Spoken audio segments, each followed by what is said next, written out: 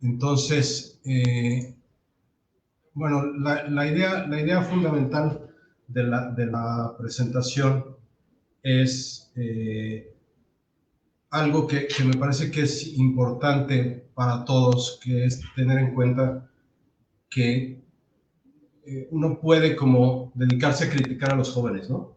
Uno puede dedicarse a hablar mal de la gente o a decir, oye, qué mal están los chavos y pensar que nosotros estamos súper bien y la realidad es que no es tan así, ¿no? La realidad es que tenemos mucho que aprender. Cuando me invitaron a dar la conferencia me decían que el título fuera Educando a la Generación Z, lo cual a mí me pareció fatal porque como un planteamiento de nosotros sabemos todo y ustedes no saben nada, ¿no?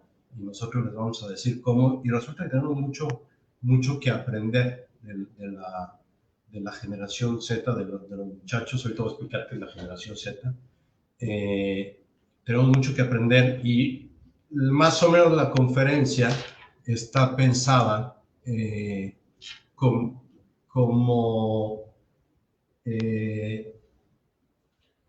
digamos, explicar los antecedentes de cómo hemos llegado hasta donde hemos llegado o qué ha pasado, y en eso vamos a hablar de la, digamos, de cada una de las generaciones rápidamente hasta llegar a la generación de nuestros hijos, que son la generación de los muchachos que están en prepa, en carrera, en secundaria, algunos en quinto de primaria, sexto de primaria. Vamos a ir hablando de cada una de los, digamos, antecedentes, se ha ido creando todo un ambiente para que nuestros hijos sean como son. Y entonces vamos a explicar cómo son nuestros hijos.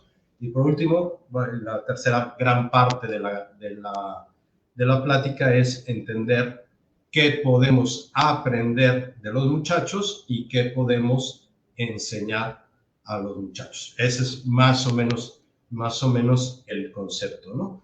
Hay que tener en cuenta, y por eso es interesante hablar de generaciones, que en realidad la educación hoy es unos papás que entienden el mundo desde un punto de vista y unos hijos que entienden el mundo desde otro punto de vista. Entonces, las dos partes tienen que hacer un esfuerzo por entenderse. Tenemos que lograr que haya un esfuerzo por entendernos, ¿no? Aquí en esta pantalla pueden ustedes ver pues más o menos cuál es la descripción, ¿no?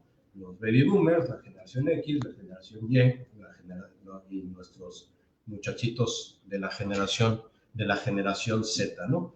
Cuento una anécdota que pienso que puede ser interesante, que es típica, especialmente en nuestros colegios, que es el tema de cuando a los chavos les entra, o a las niñas, les entra la rebeldía porque no quieren ir a misa el domingo, ¿no? Entonces, un exalumno mío un día decide que no quiere ir a misa y se encierra en su cuarto y la mamá, muy preocupada porque el niño no quiere ir a misa, le dice al marido, oye, esto es inadmisible, ve con el niño y dile que se tiene que ir a misa. Va el papá, muy dócil con su mamá, como todo buen matrimonio que quiere que funcione, va, toca en la puerta del niño, le dice, te me vas a misa en este, y dice, papá, no quiero ir, te me vas a misa. Ah, perfecto.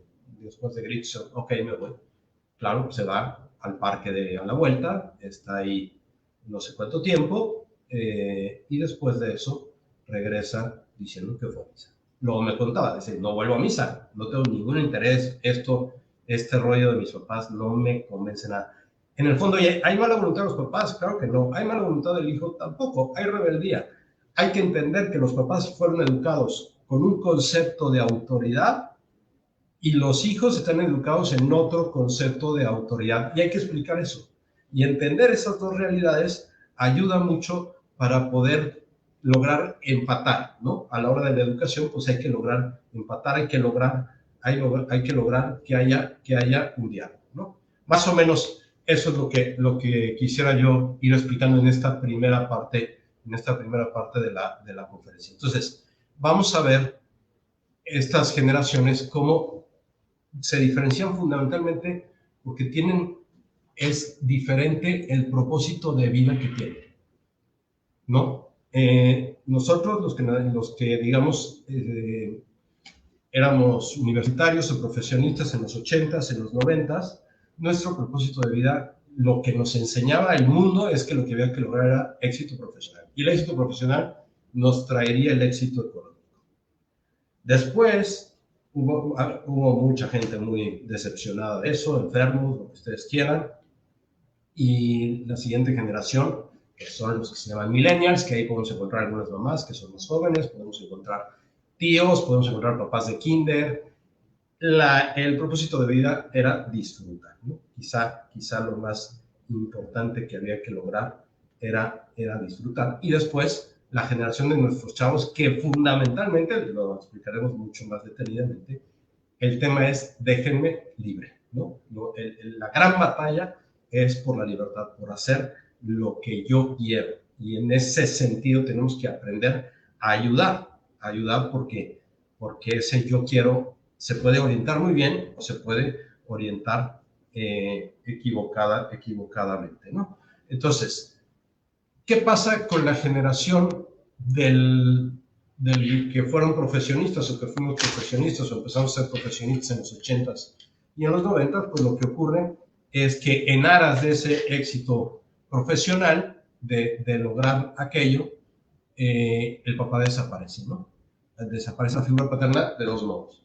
Se empieza a descomponer la familia y entonces hay divorcios, ese es un esquema, o hay otro esquema que es un papá que sí está en la casa, pero que no interactúa con los hijos, que entiende su figura como se le enseñaron a sus papás. Un señor, yo como me lo imagino, es leyendo el periódico, sentado en un sillón, cómodamente, que está a la espera simplemente de que la señora ponga la mesa, de que los niños se sienten y solo en casos especialmente importantes interviene, ¿no? Pero el papá, pues es una figura llena de autoridad en la casa, sí, llena de autoridad, pero sin ninguna relación afectiva con los hijos. La relación afectiva es con la esposa y a través de la esposa con los hijos, ¿no? Los quiero muchísimo, sin duda, pero él dice, oye, los quiero tanto que les tengo que dar la mejor vida. Tengo que poderme trabajar como loco, tengo que ser exitoso, tengo que lograr pues, el mayor rendimiento. ¿Qué pasa cuando no está el papá? Pues lo que pasa es que en una idea, ahí están puestas tres, pero en una idea podríamos decir, estamos creando hijos inseguros, ¿no? Los hijos necesitamos de nuestros papás, los hijos necesitamos alguien que controle nuestros caprichos, alguien que sea modelo. Las hijas, el papá es el modelo de novio o esposo que ellos van a buscar.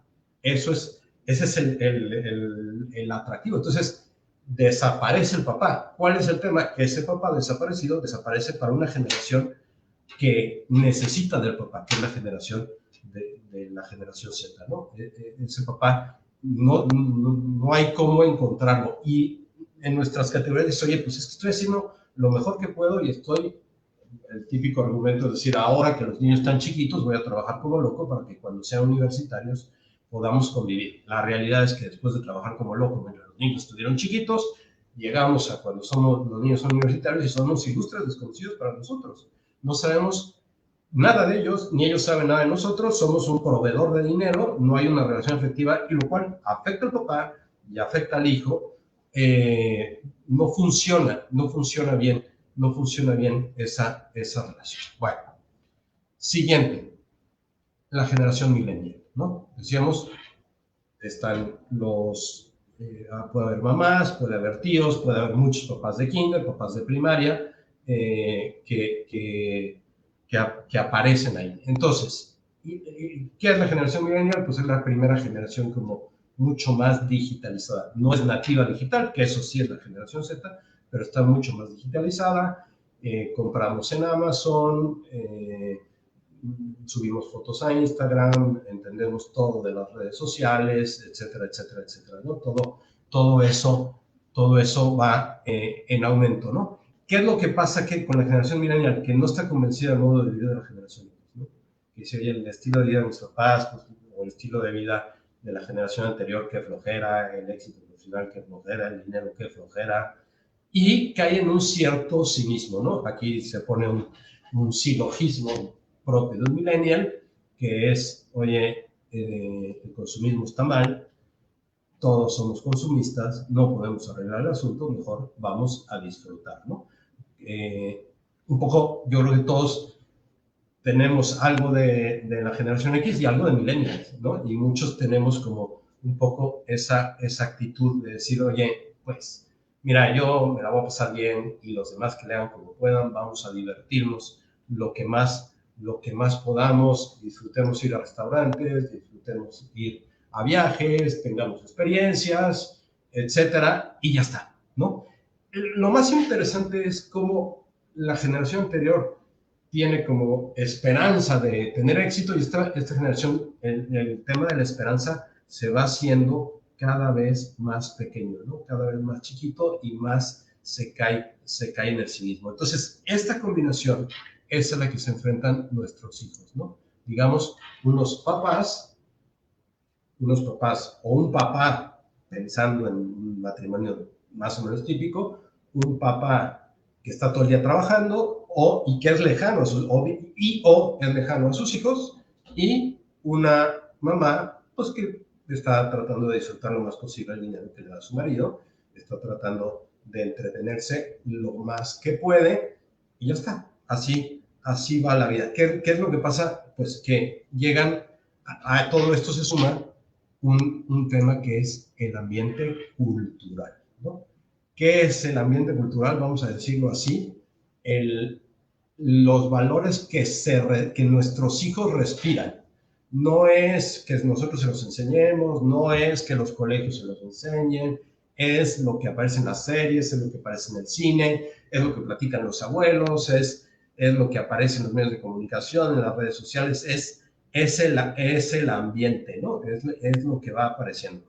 Pensaba dos ejemplos que quizá puedan ayudar a entender esto. Por ejemplo, un ruso, una persona de Rusia que haya nacido en el 2010, si le hablan del comunismo, a él no le suena nada, ¿no? Él dice, no, es que Rusia fue comunista del año 1917 a 1989, no le suena absolutamente, es un pasado lejanísimo, ¿no? No le suena a un mexicano, uno de nuestros hijos, pues puede decir o podría decir con toda facilidad, oye, no, es que las devaluaciones y las crisis económicas y la inflación galopante, etcétera, etcétera, no le suena nada. Él ha vivido sin inflación, ha vivido en una situación bastante estable, de comercio, bueno, eso que no le suena nada, por ejemplo, está el tema de la libertad, ¿no? El tema de aquí apuntaba tres temas, ¿no? Pero uno es el tema de la libertad. O sea, lo normal es hacer lo que yo quiero.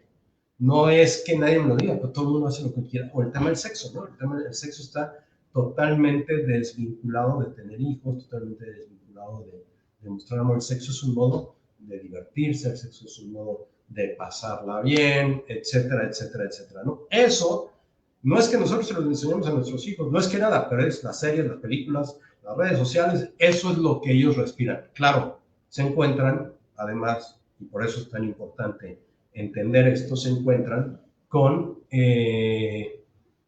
una situación que complica o que hace más difícil el asunto, que es que nosotros los metimos en un colegio que son contraculturales.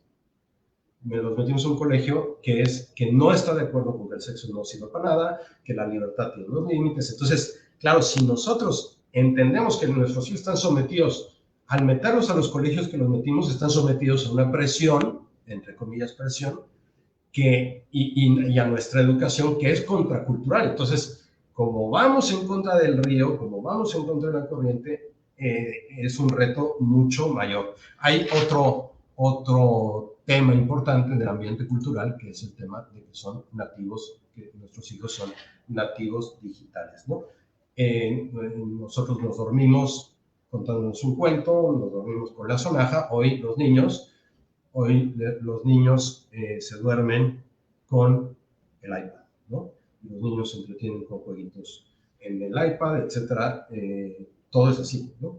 Todo es así. Me contaba el otro día un matrimonio, una cosa medio terrible, de un niño estaba muy latoso, la mamá le dio el iPad, le puso en YouTube videos de niños, y entonces el niño, pues ya ven que hay una reproducción automática cada vez que acaba un video, y entonces el niño empezó a ver videos, no pasó nada, pero al día siguiente estaban en casa de los abuelos, estaban viendo la tele, y el niño se levantó y aventó un vaso o una cosa así en contra de la televisión y rompió la televisión, ¿no? Y entonces le dijeron, ¿qué te pasa? Pues es lo que aprendí viendo videos, ¿no? Ahí está el diablo, ¿no? Ahí está el diablo, y el diablo me incita a que tire eso, ¿no? Y de videos en videos en videos, pues sí, había terminado en videos diabólicos. Eso ahí está, eso, nuestros hijos están sometidos a eso. Oye, es que no nos pongamos ese tipo de estímulos. Bueno, pues más bien enseñémoslo a usarlos del modo adecuado, enseñémosla a usarla del modo adecuado. Además, hay otro tema muy importante del todo el tema digital, que es el tema emocional, ¿no? Cada notificación, cada mensaje, cada like, cada que no me ponen like, todo eso produce descargas emocionales. Entonces, los hijos están revolucionadísimos emocionalmente, están mucho más revolucionados que nosotros, y eso tiene unas consecuencias. Y por último, una gran preocupación, que eso nosotros lo vivimos de otro modo y de un modo mucho más sencillo, una gran preocupación por, digamos, la opinión de los demás, por el like, ¿no? Es la lógica del like, la lógica de que me entiendan, de que me reconozcan mis fotos, etcétera. Nosotros tomábamos fotos de recuerdo. Hoy no se toman fotos de recuerdo, hoy se toman fotos para subirlas al Instagram, hoy se toman fotos para obtener el reconocimiento por parte de los demás. Bueno, con esto termino la primera parte de la conferencia, ¿no? En esencia podríamos decir, es todos los antecedentes para explicar qué les pasa a nuestros muchachos entre 26 y 10 años, ¿no? Con esto no quiere decir que a los de 30 no les afecte, ni a los de 40, y a nosotros mismos. Nosotros mismos, por ejemplo, si entramos en la lógica de like, entramos en otra dimensión, por decirlo así, ¿no? En otra cuestión. Y nos afecta, y estamos preocupados, y qué dijeron, y tengo que subir una foto, y todo el mundo tiene que ver lo padre que me la paso, ¿no? Yo no he visto nunca una story en Instagram de alguien que suba algo contando lo mal que se la pasa, ¿no?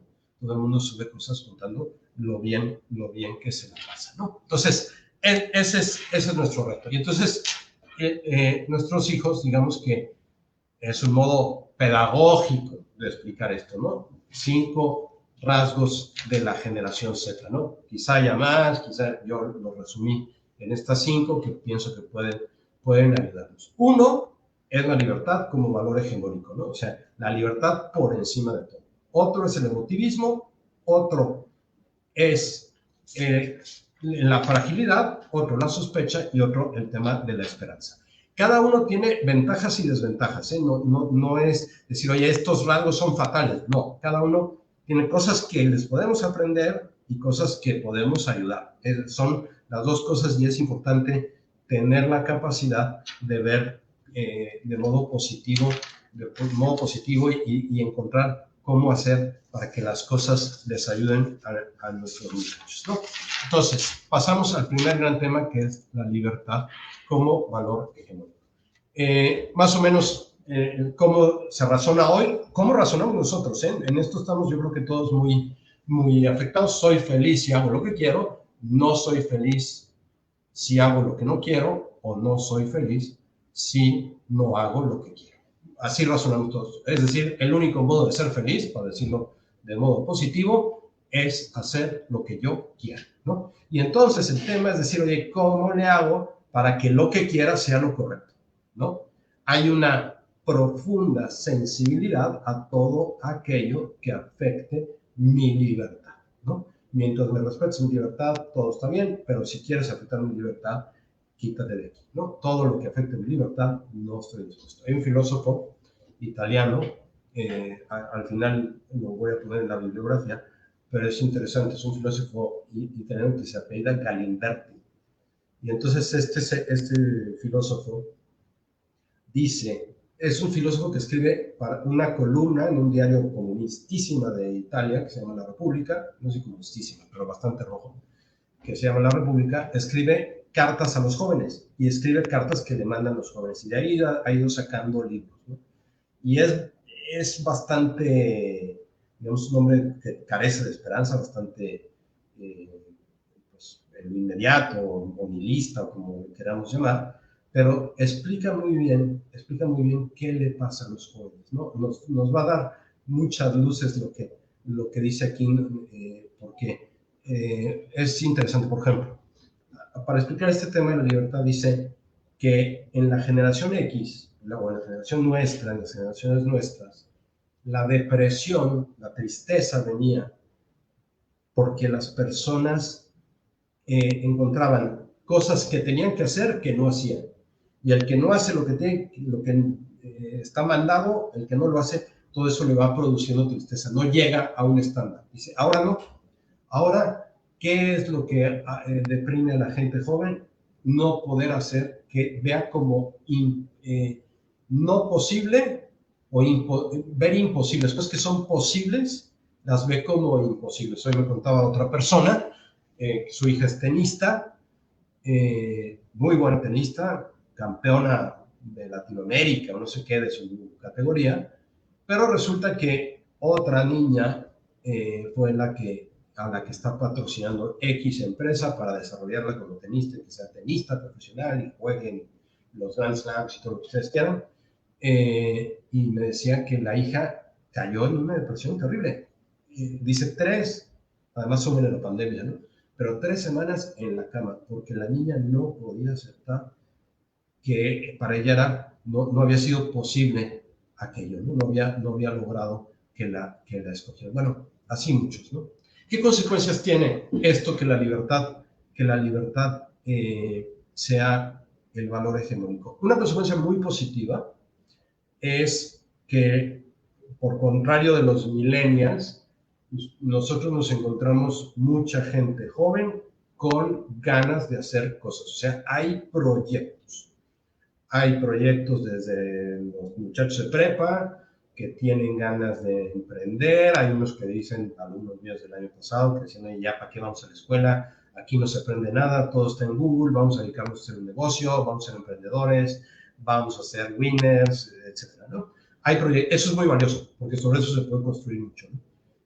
Claro, es mi proyecto, y eso tiene y aquí viene lo negativo, que es decir, sí hay proyectos, pero no se metan, ¿no? Son proyectos míos, que yo diseñé para que yo triunfe, ¿no? Y entonces, eso lleva a que con mucha dificultad se pida ayuda, ¿no? Cuando hay proyecto, a un chavo le cuesta mucho trabajo pedir, es más, considera que pedir ayuda es un fracaso, ¿no? Es señal de debilidad, es señal porque las series son así, porque las películas son así. Yo no es que haya visto mucho, pero el famoso Frank Underwood de House of Cards, pues uno dice, pues este es un señor, en términos gringos, self-made, ¿no? Él se ha hecho, él ha logrado, él ha conseguido. Entonces, claro, nuestros chavos, ese es su modelo, ¿no? Su modelo es el que logra las cosas, ¿no? O Spider-Man, dicen que todos los superhéroes son así, ¿no? Ayudan a la gente, pero ellos se han hecho solos, ¿no? Ellos han logrado construirse solos. Y eso, pues, ¿qué es lo que genera? Un pavor al fracaso increíble, ¿no? Un pánico al fracaso terrible. Y si viene el fracaso, una soledad muy notable, ¿no? ¿En qué se nota el miedo al fracaso? Voy a poner otro ejemplo que creo que es muy interesante y a mí me tiene desconcertado. De hecho, ayer le pregunté a varias personas que dije, no sé, no entiendo bien, pero yo creo que conozco 5 chavos, unos muy cerca de casarse, otros muy lejos de casarse, a los que las novias les preguntan si ven pornografía, ¿no? Si han visto pornografía alguna vez en su vida. Y dices, oye, ¿por qué esa pregunta, no? ¿Por qué? A ver, si me dice no, ¿qué voy a sacar? O si me dice sí, ¿qué voy a sacar? Claro, yo lo estoy viendo con ojos de hombre, ¿no? Quizá las mujeres me puedan explicar muchísimo mejor. De hecho, le pregunté a una mujer, pero no me supo explicar muy bien, ¿no? Pero uno dice, oye, yo al final, platicando con algunos, concluíamos, ¿no? Es que es el miedo, ¿no? El miedo a la decepción, el miedo a que no hay, a que tengas ojos para alguien más, que no tengas solo ojos para mí. Bueno, como eso hay mil cosas, ¿no? O sea, el miedo al fracaso ahí está siempre, ¿no? Y eso produce ansiedad, y eso produce tensión, y eso ahí está siempre, ¿no? Decir, oye, y si fracaso, y si me va mal, y si no lo logro, etcétera, etcétera, etcétera, pues ahí está el asunto. Y el otro tema es cuando viene el fracaso, ¿no? ¿Qué produce el fracaso? ¿Qué produce la falta de proyecto? ¿O qué produce el no poder ser como los demás? El no poder hacer lo que yo quiero, que mis papás me impiden hacer lo que yo quiero. ¿Qué produce todo eso? Produce una gran soledad, ¿no? ¿Cómo se resuelve la soledad? Pues comprando o buscando el placer, ¿no? En el fondo es como mucha infelicidad. Me pasaban dos pues de los chavos con los que más platico, un dato que saca un portal sobre pornografía, dice que el 91% de los hombres ven pornografía y el 60% de las mujeres ven pornografía, ¿no? Eso es una cosa muy notable, ¿no? Pero yo creo que el problema no está en la pornografía, sino el problema está en la soledad. El problema está en eso. Hay otro dato que también cada año se hace en Estados Unidos el día del Super Bowl un tracking de pornografía muy, o sea, traquea las dos ciudades de los equipos que juegan, ¿no? Y entonces se ve las entradas a páginas pornográficas a la hora del partido. Entonces, si va ganando el equipo de Boston, que siempre va ganando, pues entonces baja la disminución de pornografía. En cambio, si va ganando el equipo de Denver, de donde sea, entonces el que va, en Boston baja, sube el consumo de pornografía, y entonces el que va ganando disminuye la pornografía y el que va perdiendo aumenta. Es soledad, y yo pienso que la explicación de todo eso es decir, oye, no es tanto otra cosa que la soledad, que es lo que hay que resolver, que es ahí donde tenemos que estar más cercanos. Bueno, ya con la libertad. Paso al emotivismo. Entonces, el emotivismo, lo que hay que decir es que no es sentimentalismo. Quizá nosotros aprendimos qué es el sentimentalismo. Desde hace muchos años aprendimos que una persona sentimental es una persona que se deja llevar por las emociones, ¿no? Ese es un mundo, ¿no? Esto no es así.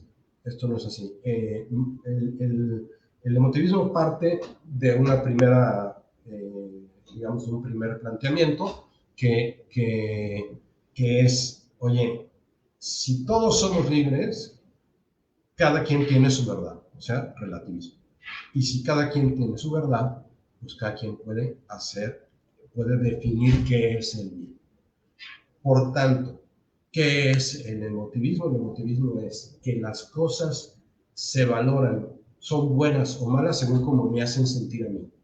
No son buenas o malas en sí mismas, no son buenas o malas porque me lo explica, no. Si me sentí bien, está perfecto, ¿no? Si me sentí mal, no está bien. Me contaba un chavo que tuvo una relación prematrimonial, me decía, pero lo muestra muy bien, me decía, yo sé, me dice, oye, me sentía a todo dar, lástima que soy católico y me tengo que gozar, pero estuvo a todo, o sea, no me arrepiento de nada. Entonces, el asunto es decir, oye, ese tu catolicismo y todo eso no tiene ningún futuro, porque está mal planteado. Otro esquema que voy a poner a continuación, una conversación de unas chavas del TEC, una feminista, que todo es, si lo alcanzan a leer, pueden leerlo, no lo voy a leer yo muy detenidamente, pero todo es una situación de decir, oye, ustedes no entienden los hombres lo que nosotras sentimos, por tanto, no nos juzguen. Y en parte tienen razón, es cierto, pero eso no hace que las cosas sean buenas cuando son malas. Eso no convierte las cosas en buenas, ¿no? Eso no logra ningún cambio. Entonces, claro, si todo es valorar las cosas por las emociones, pues estamos ante un reto, ¿no? ¿Qué cosas positivas tiene el emotivismo? Podríamos decir que una primera es que nos obliga a quienes estamos metidos en la educación de nuestros chavos a no argumentar solo teóricamente. O sea, si yo le digo, no, es que el razonamiento es estamos descartados, ¿no? Hay que, desde luego que hay que hacer razonamientos, pero hay que dar ejemplos, hay que contar experiencias, eso ojalá, mucho más, o sea, incluso hay que empezar, es muy gringo, ¿no? Siempre empiezan con un ejemplo, con una vivencia, y luego de ahí construyen hacia lo teórico. Bueno, es conectar con las emociones. Nosotros, si queremos ayudar, necesitamos conectar con las emociones. Eso es fundamental. Digamos, esa parte que es un reto para nosotros, ¿no? Que nos implica mucho, ¿no? ¿Qué es lo que pasa? Que además es muy difícil dialogar, ¿no? Cuando las emociones dominan, es muy difícil dialogar, ¿no? O sea, porque la inteligencia no tiene un papel importante. La inteligencia no tiene, el diálogo, la confrontación de ideas no tiene un papel importante. El tema es pura emoción, ¿no?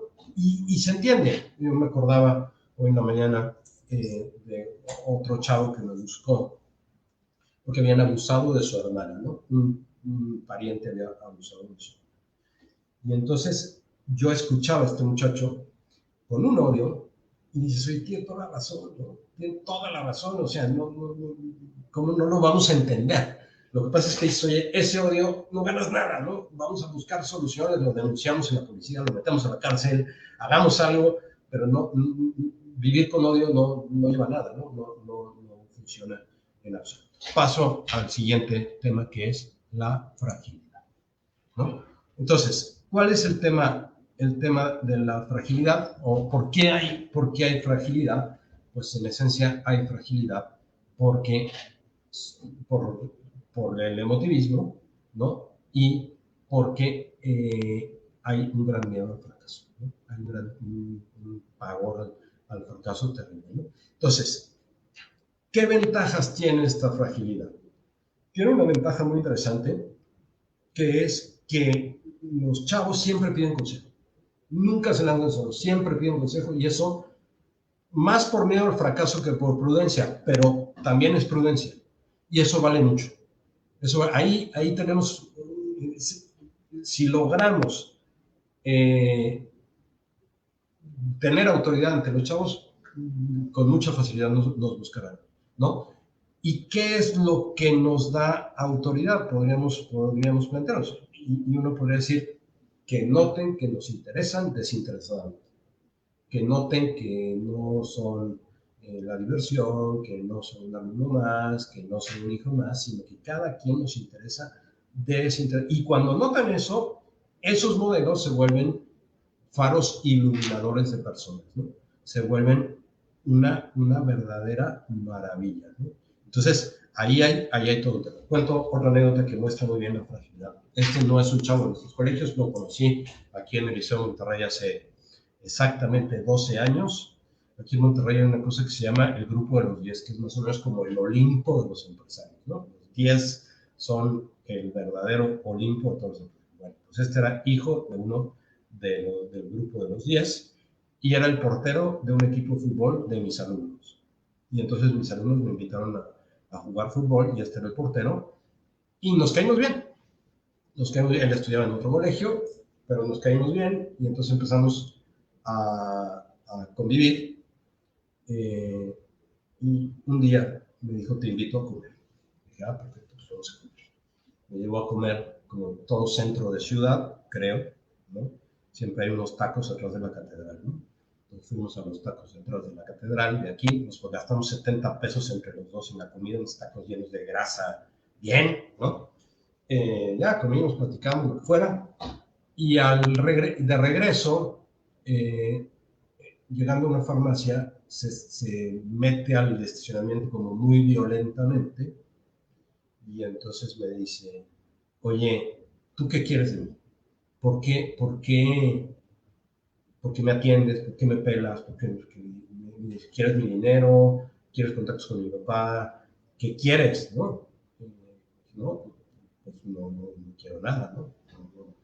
Yo, pues, somos amigos y ya está, y quiero platicar, y lo cual fue muy bueno porque se generó una especial confianza. Y me contaba una cosa muy interesante que es mucho del tema de la fragilidad. Me contaba que él llevaba pues quizás desde la prepa, fumando marihuana todos los días. Y me decía le decía, ok, pero ¿estás de acuerdo que fumas marihuana porque sí, porque te estás evadiendo de algo? Le digo, sin duda, ¿y de qué te evades? Dijo, me evado de que no logro ser lo que mi papá espera que yo sea. Y no logro comunicarle eso a mi papá. Mi papá tiene una gran expectativa de mí, pues, el grupo de los 10, un hijo de mí, ¿no? Y no se pedía ni Garza, ni Sada, ni Villarreal, ni nada. Pero tiene una gran expectativa de mí y no llego. Y no llego y eso me lleva a evadirme, me lleva a tratar de estar en otra cosa. Entonces, claro, todo eso va creando un caldo de cultivo, una inseguridad terrible, ¿no? Una inseguridad terrible. Entonces, en positivo, la fragilidad. Si sabemos dar seguridad, arreglamos muchísimo. Si dejamos al chavo solo, es una inseguridad muy notable, ¿no? Que a veces luego se manifiesta en conductas aparentemente seguras, ¿no? Y no, yo soy un borracho, y yo fumo droga, y yo no sé qué. Espérate, la verdad es que es pura inseguridad. Bueno, cuarto rasgo, la sospecha. Esto es lo de todos los días, ¿no? Entre las fake news y que no está claro a quién creerle, ¿no? Ha producido una crisis de autoridad terrible. Hoy la autoridad formal, o sea, el profesor, el papá, el policía, el director del colegio, etcétera, pues yo como profesores tenemos como 50 minutos de autoridad formal en el curso y después desaparece, ¿no? ¿Qué nos da la autoridad? La autoridad moral, ¿no? Pero los chavos sospechan de entrada. Sospechan del papá, sospechan de la mamá, sospechan. Lo sospechamos, yo creo que ya todos estamos, ¿no?, como muy afectados por esta realidad, ¿no? Hay toda una interpretación, podríamos decirle. En el fondo es un sentimiento de decir, oye, no funciona el mundo. ¿Quién me puede enseñar cómo sí funciona el mundo, no? ¿Dónde encuentro aquello que me facilite que funcionen las cosas, ¿no? Cosas positivas de esto, hay una gran apertura a quien se gane mi confianza. Es más, te voy a dar autoridad si te ganas mi confianza. Ahora, ¿quién se gana la confianza? A veces los videos, a veces los influencers, a veces, pues no sé, una serie. O sea, hay una gran apertura, eso es bien valioso de los chavos. Hay una gran apertura por encontrar a alguien que se gane mi confianza, en quien yo pueda confiar. Hay un chavo que ya no está el chavo, pero que cuando estaba en prepa, digamos que tuvo un año difícil, como muy relacionado con el alcohol, ¿no? Entonces, en 3 borracheras, les hizo 3 carros, ¿no? Y claro, fue como en feria con sus papás, pero una cosa muy interesante es que la mamá siempre estuvo ahí, ¿no? Ahora ya ha pasado mucho tiempo, quizás hace 10 años que ocurrió aquello, y le preguntas a ese chavo y él dice, oye, mi mamá y un amigo siempre estuvieron ahí, me comprendieron, me ayudaron, platicamos, etcétera, etcétera, etcétera. Bueno, ahí está nuestra tarea, ahí está nuestro trabajo. Implica un chorro de dedicación de tiempo, de saber estar ahí, de no desesperarse, de tener paciencia, de comprender, de saber que son jóvenes, que se van a equivocar, etcétera, etcétera, etcétera, ¿no? Pero es que si no se quedan solos, si no hacemos esa tarea nosotros como adultos, estamos generando una generación, ¿no?, generando personas, como ser redundante, estamos generando personas solas, ¿no?, solas y abandonadas, ¿no? Y eso, podríamos decir, estamos generando un mundo infeliz, pudiendo generar un mundo feliz. Último rasgo, la esperanza, ¿no? Como decía al principio, hay algo de esperanza cuando habla de la libertad. Hay deseos, ¿no? Sí hay deseos, hay corazones grandes, ¿no? Yo la verdad es que aquí apuntaba ejemplos de corazones grandes porque hay muchos, ¿no? Hay gente con muchas ganas y te encuentras uno que quiere estar en movimiento pro vida y te encuentras otro que quiere ayudar a la gente a evitar la pornografía, te encuentras otro que quiere ayudar a personas, o sea, sí hay mucha gente con ganas. El asunto es hacerle segundo. El asunto El asunto es estar con ellos, ¿no? Porque nosotros podemos caer en la actitud millennial, ¿no? Decir, viejito, ya ni para qué haces eso, ¿no? Oye, eso no sirve. Vamos a comer aquí a un restaurante cerquita, echarnos unos tacos y ya, olvídate de estas historias, ¿no? Eso. O bien, el otro tema que puede pasar es que parecería que en algunos el proyecto basta con ser joven. Lo que quiero yo es ser joven. Y lo único que tengo que hacer es cuidar, no perder mi juventud, ¿no? A mí me llamó mucho la atención un día dando clase con chavos de primero de prepa, les decía de una persona homosexual que tenía 50 años, ¿no? Y entonces dicen, no, profesor, eso sí no. O sea, ser gay es para gente joven, no es para usted. O sea, ya en ese momento ya, o sea, y es eso, es una visión de gente, como decir, oye, el proyecto es ser joven, ya soy joven, pues ya está, ¿no? No hay que, no hace falta tener visión, y resulta que uno dice, oye, ya es que ya diseñé mi proyecto de vida hasta los 35, perfecto, y de los 35 a los 70, ¿qué vas a hacer? No, es que yo a los 35, ya, y luego los otros 35 años, ¿qué armamos o qué organizamos? ¿Qué cosas? No sé. Si hay esperanza, quizá un poco cortoplacista, ¿no? Ese es el asunto. Bueno, termina con esto la segunda parte y pasamos a la tercera parte rápidamente, que es qué aprender y cómo ayudar, ¿no? ¿Qué aprender? ¿O qué podemos aprender? Uno, podemos aprender el valor de la libertad, ¿no? O sea, los chavos no van a aguantar imposiciones. Y eso es bien valioso, ¿no? Son ellos, ¿no?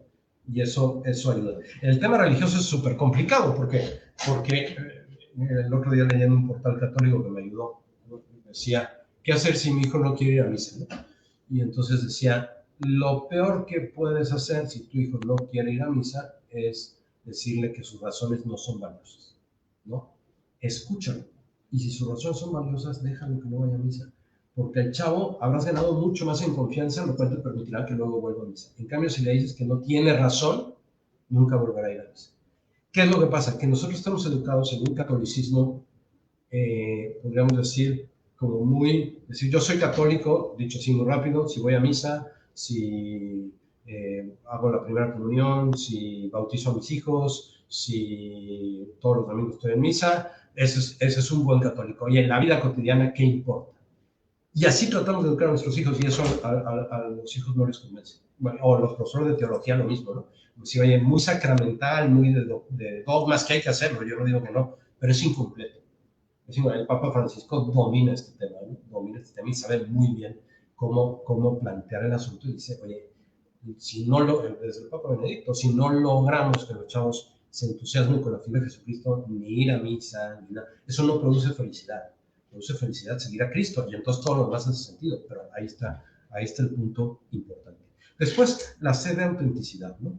La sed de autenticidad que la gente valora la coherencia y por tanto valora mucho que sepamos pedir perdón. Cuando sabemos pedir perdón, la gente está contenta. No hay problema, ¿no? Cuando somos sencillos, cuando decimos lo que pensamos. No se trata de no tener errores, sino de saber pedir perdón. Y otras dos cosas, siempre, los chavos tienen una gran apertura y nosotros podemos aprender mucho de eso. Nosotros quizá tenemos la tendencia a descartar cosas, ¿no? Y los chavos tienen una gran apertura a cosas que les hagan sentido. Y eso es una gran lección. Y por último, está el tema de la amistad, ¿no? Agradecen muchísimo la ayuda, ¿no? Son súper receptivos al testimonio y a la experiencia. Y eso es maravilloso y eso hay que aprenderlo, ¿no? Una estadística de este filósofo italiano que saca, que es interesante, dice que en una encuesta que hicieron en una ciudad de todos los católicos que dejaron de ser católicos, que eran muchos, el 68% de las personas decían, yo dejé de ser católico porque no encontré a alguien que me resolviera mis dudas, porque no encontré un adulto que tuviera la capacidad de resolver mis dudas. Y ahí podemos hacer muchísimo. Bueno, ¿cómo ayudar? Pues lo primero, que creo que casi se deriva es una de las ideas fuertes de esta plática, es la cercanía del Papa, ¿no? Me contaba un papá muy old school, podríamos decir, dice yo, a mí mi esposa me ha dicho no sé cuántas veces que yo tengo que ser amigo de mis hijos, ¿no? Y me dicen, no, a mí tendría actitudes amistosas, pero amigo no, porque yo soy el papá, que es el concepto de autoridad formal, ¿no? Y es verdad, somos papás y tenemos que permitir que se guarde nuestro lugar, es correcto, pero no por eso, o sea, guardando nuestro lugar, podemos ser muy buenos amigos de nuestros hijos, ¿no? Y podemos ser personas en las que confíen, en las que se puedan recargar, por decirlo así. Lo segundo es el tema de la esperanza. Qué importante es no solo hacerlos soñar, sino ayudarlos a soñar, ¿no? Eso no quiere decir hacerles los proyectos como la mamá que hace las tareas del niño kinder, no es eso. Pero sí es ayudar a soñar, estar cerca, cuando viene el fracaso, acompañar, dar soluciones. Ahí podemos aprender muchísimo, ¿no? Y por último, está el tema de nuestra argumentación, ¿no? A la hora que argumentamos, es importante argumentar, insisto, no solo con lo teórico, sino con ejemplos, con experiencias, etcétera. Lo teórico, pues si eso está mal, eso no arregla nada, ¿no? Eso no lo permite la iglesia, tampoco arregla nada. Nos dijeron al colegio que eso no mueve a nadie, ¿no? Lo que mueve es el diálogo, en los argumentos que también apelan a las emociones. Si no apelamos a las emociones y solo apelamos a la inteligencia, no jala, como si apelamos solo a las emociones y no apelamos a la inteligencia, aquello es súper débil, ¿no? Se requiere mucho balance. Y luego podemos ayudar muchísimo todos los que estamos metidos en la educación con nuestra amistad, ¿no? Una última idea que contaba el filósofo italiano que les digo, dice, ¿saben quién es quien mejor ha entendido los jóvenes del siglo XXI? Es una cosa súper cierta, es el mercado. Las compañías nos han entendido perfecto, ¿no? Explotan su consumismo, explotan su hedonismo, los entienden de maravilla. Y claro, todas estas divisiones por generaciones son de la mercadotecnia, ¿no? Y los tienen súper medidos y saben qué es la soledad y qué es resolver el consumismo, etcétera, etcétera. Qué les venden, los modelos que les venden, todo. Bueno, ahí tenemos todos una gran tarea. Esta es la bibliografía, si sirve. Los dos artículos a mí me parecen súper buenos y muy enriquecedores. Me parece que todos podríamos decir, oye, ¿se podría dar una conferencia de cada uno de estos temas que tocaste? Sí, ¿no? Sin embargo, creo que es muy valioso tener la película completa para poder definir una estrategia, para poder ayudar a los muchos. Listo, pasamos a las preguntas si les parece bien.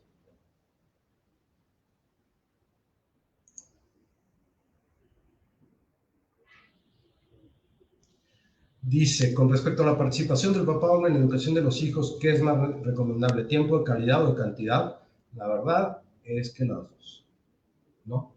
La verdad es que tiene que ser tiempo y calidad. No sabemos cuándo nos van a ir a preguntar nuestros hijos sus dudas. No lo sabemos, ¿no? O sea, hay que estar ahí. ¿Cuándo? ¿Quién sabe? Me decía un papá un día, papá súper buen educador, tiene 10 hijos, ya grandes todos, pero me decía, es que hay que estar, ¿no? Y se va a la playa con los hijos y se va de viaje con los hijos. Y ahí, en esos momentos, pues aparecen las preguntas. O sea, si hay que sacrificarse como papá, sí, ¿no? Si hay que sacrificar eventos sociales, si queremos que los hijos sean felices, necesitan un papá fuerte, ¿no? Listo. ¿Cómo afecta la ausencia del padre a esta generación? ¿Repercute en sus comportamientos y desventajas a futuro? Sin duda, creo que ya lo expliqué, lo digo así con mucha rapidez. Lo que produce es inseguridad, lo que produce es falta de una figura masculina atractiva, y entonces para las niñas, pues no saben qué novio quieren tener, no saben qué modelo, no les gusta el de su papá, y para los niños, pues no tienen modelo de cómo ser hombres, ¿no? Entonces, el modelo de la mujer, pues, no, pues pueden agarrarlo y entonces se desvían, o pueden no agarrarlo y entonces están medio perdidos, ¿no? Oye, que tenemos que ser papás perfectos, no tenemos que ser papás perfectos, tenemos que ser papás pues que hacen lo que pueden y que piden perdón y que nunca es tarde para, algunos de ustedes pueden decir, oye, pues ya mi hijo tiene 18 años, ya se me hizo tal, no, nunca es tarde para empezar, ¿no? Y nunca es tarde para pedir una disculpa y nunca es tarde para fomentar, decir, oye, con mi hijo de 18 años pues me puedo ir a cenar echarnos tequilas, pues, y no pasa nada. Si los centennials están inmersos en un ambiente de logros fáciles, ¿cómo ayudarlos a salir de sí mismos y darse a los demás? Sí están metidos en un ambiente de logros fáciles, pero tienen ganas de logros difíciles. Sí quieren, ¿no? El chiste es ayudarlos. O sea, la palabra es muy buena. Hay que estar con ellos. Hay que ayudarlos. Hay que sentarse a diseñar el programa. Hay que sentarse a diseñar todo lo que hacen. Hay que darles confianza. No hace falta dibujar con ellos. No son modelos de kinder. Pero hay que darles confianza. Hay que darles seguridad. Cuando la gente... Hay una persona que está escuchando aquí, que para mí fue una experiencia muy aleccionadora en verano. De hecho, por eso surgió esta conferencia en verano, en plan de ayudar con la pandemia al colegio. Yo doy clase de antropología a los chavos de prepa y entonces le ofrecí al director del colegio dar mi clase, tal cual, a los papás. Y la verdad, yo creo que salió bastante bien. Y entonces le pedí a un exalumno que diera una clase que está muy metido en el tema de la ideología de género. Y yo no, y tiene 20 años. Le dije, oye, da una de las clases. Yo tengo que reconocer que fue la mejor clase, ¿no? Que fue la mejor clase, la mejor preparada, la mejor alimentada. A los papás les gustó muchísimo. Es cosa de dar confianza. Y no son logros fáciles. Es cosa de dar confianza, dar confianza, dar confianza. Y eso facilita mucho, ¿no? El asunto es decir, oye, y si se equivocan, no les quites la confianza, dale la confianza. ¿Más preguntas? Sí. Última pregunta. ¿Cómo podemos equilibrar la exigencia verdadera y el cariño con nuestros hijos? Es que San José María, que todos ustedes lo conocen, al hablar de exigencia explicaba que la exigencia en realidad es cariño. O sea, pensar que exigir no es por cariño es equivocado, ¿no? O sea, es como doble vida, ¿no?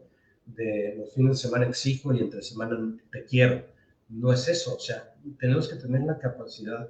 Yo personalmente tengo una vivencia muy enriquecedora de una persona que durante muchos años fue muy exigente conmigo, pero nunca salías de ahí, de hablar con esa persona, diciendo, no me quiere, sino siempre terminabas diciendo, esto lo hace porque me quiere, ¿no? Y me exige porque me quiere. Y eso hay que lograr, o sea, el cariño tiene que llevar a que los hijos entiendan que les estamos exigiendo porque los queremos. La amistad lleva a que los amigos entiendan que les estamos exigiendo porque los queremos, ¿no? El asunto es que tiene que ser tanto el cariño que logremos que aquello funcione.